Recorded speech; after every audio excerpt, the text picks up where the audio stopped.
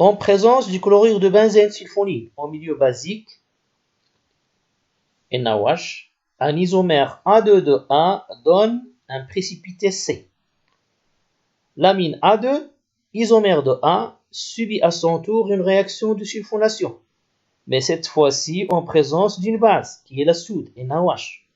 On en conclut que la sulfonamide C, produit de la réaction, ne possède pas de H à caractère acide sur l'atome d'azote puisqu'il ne réagit pas avec NaOH et reste insoluble sous forme de précipité.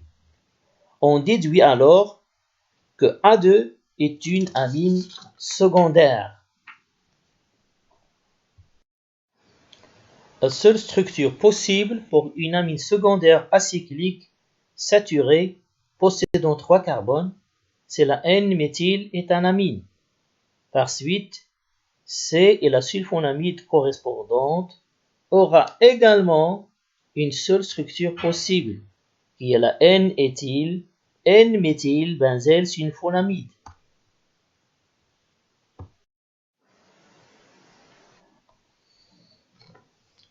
Que donne C en présence de HCl en excès?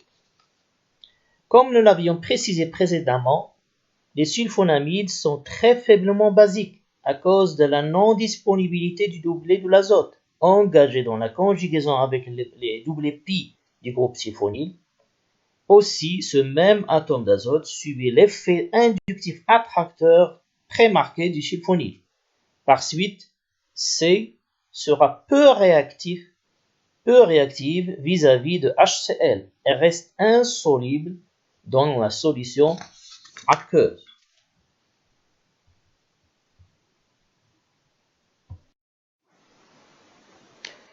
Après traitement d'un isomère A3 de A avec le chlorure de benzène sulfonyle en milieu basique, un mélange hétérogène a été obtenu.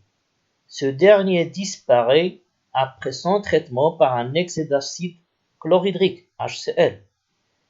Déterminer la structure exacte de A3 ainsi que la composition chimique des mélanges hétérogènes et homogènes formés lors de ce test.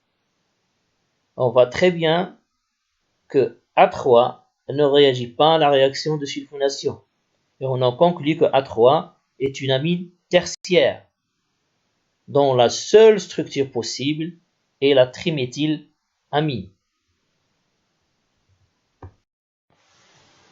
Ne réagissant pas avec le chlorure de benzène sulfonyle, A3 reste insoluble et on observe alors un mélange hétérogène composé principalement de A3,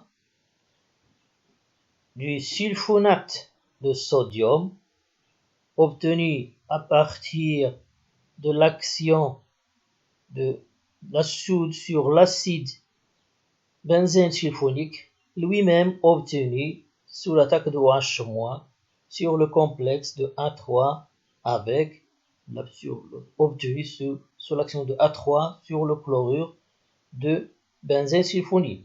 Ce complexe qui reste instable et se transforme automatiquement après l'attaque de OH- en A3 et acide benzène sulfonique. L'excès de OH présent va déprotoner l'acide et il en résulte l'obtention du benzène sulfonate de sodium. Donc, le mélange hétérogène est composé de A3, du benzène sulfonate de sodium et de l'excès de soude, bien sûr. Lorsqu'on traite ce mélange avec un excès de HCl, A3 se protonne et se transforme en son sel d'ammonium correspondant, et qui est très soluble dans un milieu aqueux, et le mélange devient alors homogène.